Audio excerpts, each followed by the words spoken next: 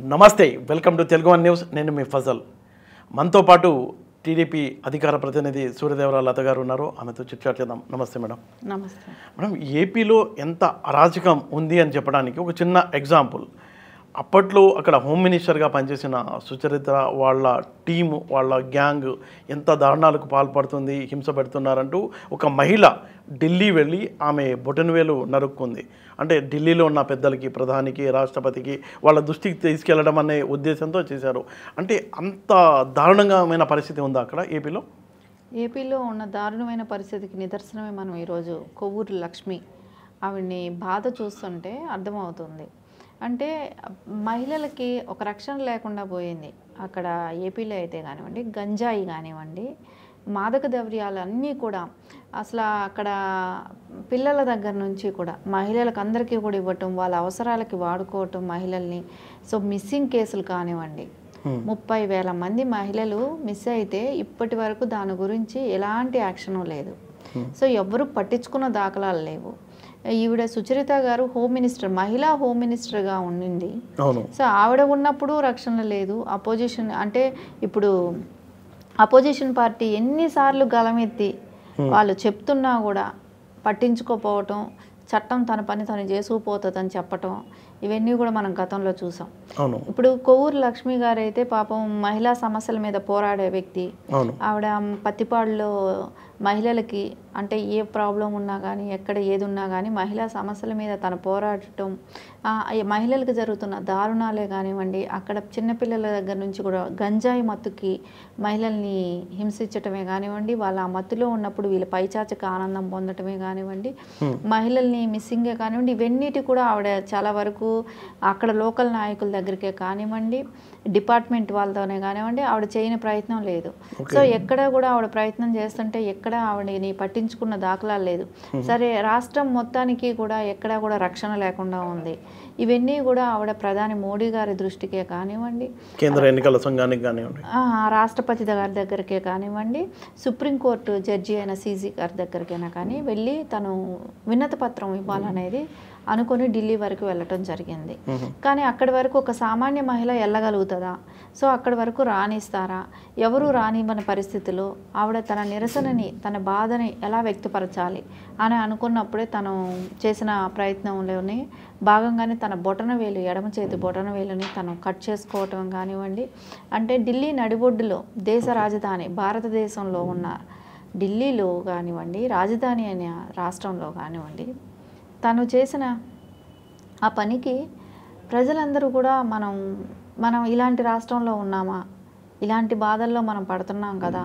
So ఒక మహిళగా వెళ్ళి తను వెలుగెత్తి చాటాలనుకోవటంలో తనకి ఎవరు కూడా అండగా ఏ నాయకుడు కానీ, అంటే ఇప్పుడు వైఎస్ఆర్ గవర్నమెంట్లో జరిగే అరాచకానికి తను ఎంత ఫైట్ చేసి ఒంటరి మహిళగా వెళ్ళి ఈరోజు తను అక్కడ పోరాటమే కానివ్వండి, ఆ పోరాడే విధంలో తనకి ఎలా మనం నిరసన తెలపాలి అని అనుకున్నప్పుడు తనకు వచ్చిన ఐడియాతో తను అంటే దేశంలో ఉన్న వాళ్ళందరూ దృష్టి ఆకర్షించడానికే కానివ్వండి, తను అక్కడికి వెళ్ళి వేలు కట్ చేసుకుంటే అప్పుడు ఏపీలో ఏం జరుగుతుంది అనేది అయితే ఇప్పుడు స్పష్టంగా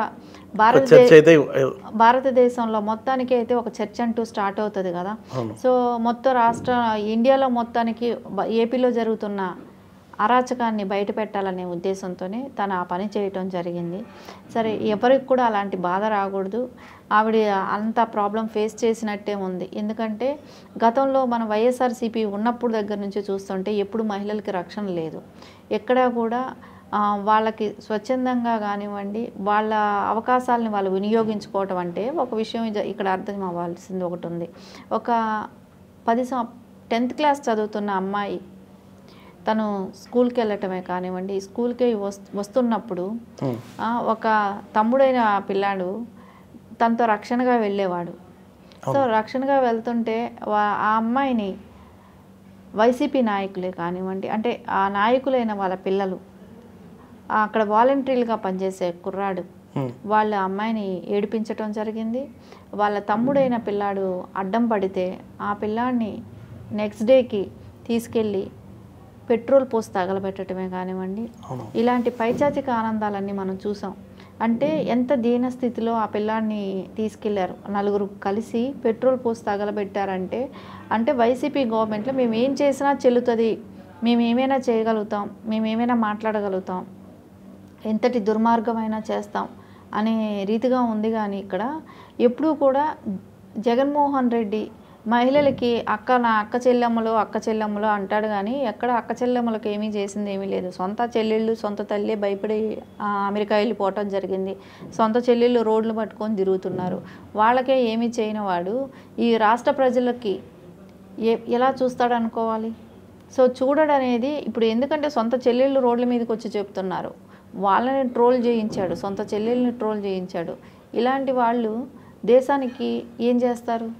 సో ఇలాంటి వ్యక్తి మూలాన బాధపడ్డ ఆ లక్ష్మియే మనం ఈరోజు చూస్తున్నాం. ఇప్పుడు ఢిల్లీలో జరిగిన ఈ సంఘటన రాష్ట్రంలో పోలీస్ వ్యవస్థ మొత్తం జగన్కు అండగా ఉంది అనుకోవచ్చా? ఖచ్చితంగా ఇక్కడ పోలీస్ వైఫల్యం కూడా కనపడుతుంది కదా. పోలీసు స్థిరంగా నిజాయితీగా కానీ పనిచేస్తుంటే ఈరోజు లక్ష్మి అనే ఆవిడ ఢిల్లీ వెళ్ళి తన నిరసన తెలియజేసేది కాదు కదా. సో ఆవిడ ఇక్కడ తన రక్షణకి భంగం కలిగింది, తనకి ఇక్కడ ఇబ్బంది పెడుతున్నారు, తన మూలాన తనకి ప్రాబ్లమ్స్ తట్టుకోలేని పరిస్థితిలోనే ఢిల్లీ వరకు వెళ్ళి ప్రధాని గారికే కానివ్వండి, రాష్ట్రపతి గారికే కానివ్వండి, సుప్రీంకోర్టు న్యాయమూర్తి అయిన ప్రధాన న్యాయమూర్తి అయిన వారికే కానివ్వండి, తన బాధని వెళ్ళపుచ్చుకోవాలి, అర్జీ తనంటూ ఒక కంప్లైంట్ వాళ్ళ మీద విన్నత పత్రం అనేది ఇవ్వాలనే ఒక ఉద్దేశంతోనే ఢిల్లీ వరకు వెళ్ళటం జరిగింది. కానీ అక్కడికి వెళ్ళినా కూడా ఒక కలవటానికి అవకాశం లేకపోవడంతో ఇలాంటి దారుణం జరిగింది. కానీ ఈ రోజంటూ ఏపీలో ఏం జరుగుతుంది అనేదైతే ఒక ఇండియాలో ఉన్న అందరి దృష్టికి అయితే తీసుకురాగలిగింది. జగన్మోహన్ రెడ్డి అరాచకం ఏ స్థాయిలో ఉంది, తారాస్థాయిలో ఉంది అనేదానికి ఈరోజు ఎలక్షన్తో మనం బుద్ధి చెప్పటమే తప్ప ఇప్పుడు ఎందుకంటే డిపార్ట్మెంట్ ఒక్కటే అర్థం కాని విషయం. ఇన్ని అరాచకాలు జరుగుతున్నాయి, వైఫల్యాలు కనపడుతున్నాయి. కానీ ఎందుకు పోలీసులు ఇంకా కూడా జగన్మోహన్ రెడ్డి కొమ్ము కాస్తున్నారు? సో ఇది డీజీపీ గారిని వైఫల్యం కూడా మనకు కనపడ్డది. ఎందుకంటే గులకరాయి విషయంలోనే కనపడ్డది. మార్చట్లేదు. ఎందుకు మార్చరు? ఇప్పటి వరకు ఇంటెలిజెన్స్ వాళ్ళది కూడా వైఫల్యాలు కనపడ్డాయి, ఎక్కడ కూడా ఎందుకు మార్చట్లేదు? సో ఇంకా ఎన్ని రోజులు? ఈ ఎలక్షన్ కూడా ఇంకా 20 daysలో ఎలక్షన్ కూడా కంప్లీట్ అయిపోతుంది. సో దాని తర్వాత కూడా ఇంకా ఎలాంటి ప్రాబ్లమ్స్ ఫేస్ చేయాలో, రేపు పొద్దున ఎన్నికలు సజావుగా జరుగుతాయో జరగవో, ఇవన్నీ మనకు ఖచ్చితంగా భయాందోళనలో అయితే ప్రజలు ఉన్నారు. ఎస్పెషల్లీ మహిళలు రేపు పొద్దున బయట వచ్చి ఓటు వేయగలుగుతారా అని ఆలోచిస్తే ఖచ్చితంగా అయితే డౌట్గానే అనిపిస్తుంది. ఎందుకంటే దేశ రాజధాని అయిన ఢిల్లీలో వెళ్ళి నిరసన తెలియజేయాల్సిన పరిస్థితి వచ్చింది అంటేనే ఇక్కడ నిరసన తెలియజేసే అవకాశం కూడా లేదు. ఎందుకంటే మనం చూసాం మహిళల్ని ఎంత రకంగా టార్చర్ పెట్టారనేది. అమరావతి ఉద్యమంలో మహిళల్ని జుట్టుపట్టి కొట్టడమే కానివ్వండి, వాళ్ళని కడుపు మీద తనటమే కానివ్వండి, వాళ్ళని దుర్భాషలాడటం, అంటే ఆ మాటలు వినలేని మాటలు మాట్లాడితే వాళ్ళు నెక్స్ట్ రారేమో అనేటట్లు వాళ్ళని అరెస్ట్ చేయటానికి రాత్రి 12 గంటల వరకు కూడా పోలీస్ స్టేషన్స్లో పెట్టడం. అంటే ఓ మహిళల్ని ఆ టైంలో అరెస్ట్ చేయకూడదు, కానీ ఆ టైంలో అరెస్ట్ చేయటాలు. సరే, ఒక తెలుగుదేశం కార్యకర్తలైనా కానీ నాయకులైనా కూడా మహిళలను కూడా చూడకుండా వాళ్ళని తీసుకెళ్ళి అరెస్ట్ చేయటాలు, అంటే వాళ్ళ బెడ్రూముల వరకు కూడా లోపలికి వెళ్ళటాలే కానివ్వండి. ఇట్లా మహిళలకు అనే వాళ్ళకి రక్షణ లేకుండా చేశాడు. కానీ అక్కడ పెట్టిన మహిళా చైర్పర్సన్ పెట్టారు. సో ఆవిడ ఏ రోజైనా స్పందించింది అంటే ఆవిడ ఏ రోజు స్పందించలేదు. ఎందుకంటే ఆవిడ ఏదైనా స్పందించాల్సిన మాట బయట వస్తే ఒక భారతి గారి గురించో ఎవరైనా ఏమైనా అన్నారనో, లేకుంటే రోజా గారిని ఎవరైనా తిట్టారనో, ఇంతకు మించి లేకుంటే రజనీ గారిని. సో వీళ్ళకి ఎవరైనా ఆపద కలిగిస్తేనో, వీళ్ళని ఎవరైనా ఏదైనా మాట్లాడితేనే ఆవిడ బయట వచ్చి మాట్లాడతారు. సామాన్య ప్రజానీకానికి ఎప్పుడు అందుబాటులో లేరనేది మనం గత 5 ఏళ్లుగా కూడా చూసాం. సో ఖచ్చితంగా దీనికంతటికీ కూడా జగన్మోహన్ రెడ్డి ప్రభుత్వంలో జరిగే అరాచకాల్ని ఢిల్లీగా ఆవిడ తన వాయిస్ని, అంటే ఇప్పుడు ఆపద్ధర్మ ప్రభుత్వం ఉన్న స్వేచ్ఛ లేదనుకోవచ్చా? ఖచ్చితంగా ఇప్పుడు డిపార్ట్మెంట్ అంతా తొత్తుల్లాగా ఉన్నారు కాబట్టి ఖచ్చితంగా దీనిలో రక్షణ లేకపోవటమే కనపడుతుంది. రక్షణ ఎక్కడ ఉంది? రక్షణ ఉంటే తను ఈరోజు డిపార్ట్మెంట్ కరెక్ట్ పరిస్థితిలో పనిచేస్తా ఉంటే ఢిల్లీ వరకు వెళ్లాల్సిన పరిస్థితి ఎందుకు వచ్చింది? రాదు కదా. సో ఇక్కడ పోలీస్ డిపార్ట్మెంట్ వైఫల్యం మనకు ఖచ్చితంగా కనపడుతుంది. ఇంతమంది మిస్సింగ్ అవుతుంటే మహిళలు ఏ రోజు కేసులు ఎంతవరకు ఫైల్ అయినాయి? సో ఫైల్ అవ్వట్లేదు. సో మిస్సింగ్ కేసులు అన్నీ ఫైల్ చేస్తే ఎన్ని కేసులు అవుతాయి? ఓకే. ఎక్కడ కూడా ఫైల్ ఇప్పుడు అవ్వట్లేదు. ఎన్నికల సంఘం ఏమన్నా స్పందిస్తుంది అనుకుంటున్నారు? చిత్తూరు జిల్లాలో ఒక అమ్మాయిని దారుణంగా రేప్ చేసి చంపి రాళ్లతో కొట్టి చంపి బావిలో పడేస్తే ఆ అమ్మాయికిను ఆ జిల్లా మినిస్టర్ అయిన మహిళా మినిస్టర్ అయిన రోజా ఉండటానికి 10-15 కిలోమీటర్ల డిస్టెన్స్ కూడా ఉండదు. కానీ వెళ్ళి పరామర్శించడం కూడా లేదు. సో చేసింది ఎవరు? వైసీపీ వాళ్ళు. అంత అంటే వాళ్ళకి గవర్నమెంట్ వచ్చింది, మా ప్రభుత్వం మేము ఏమైనా చేస్తాం, మహిళల్ని నోరెత్తకూడదు, మాట్లాడకూడదు.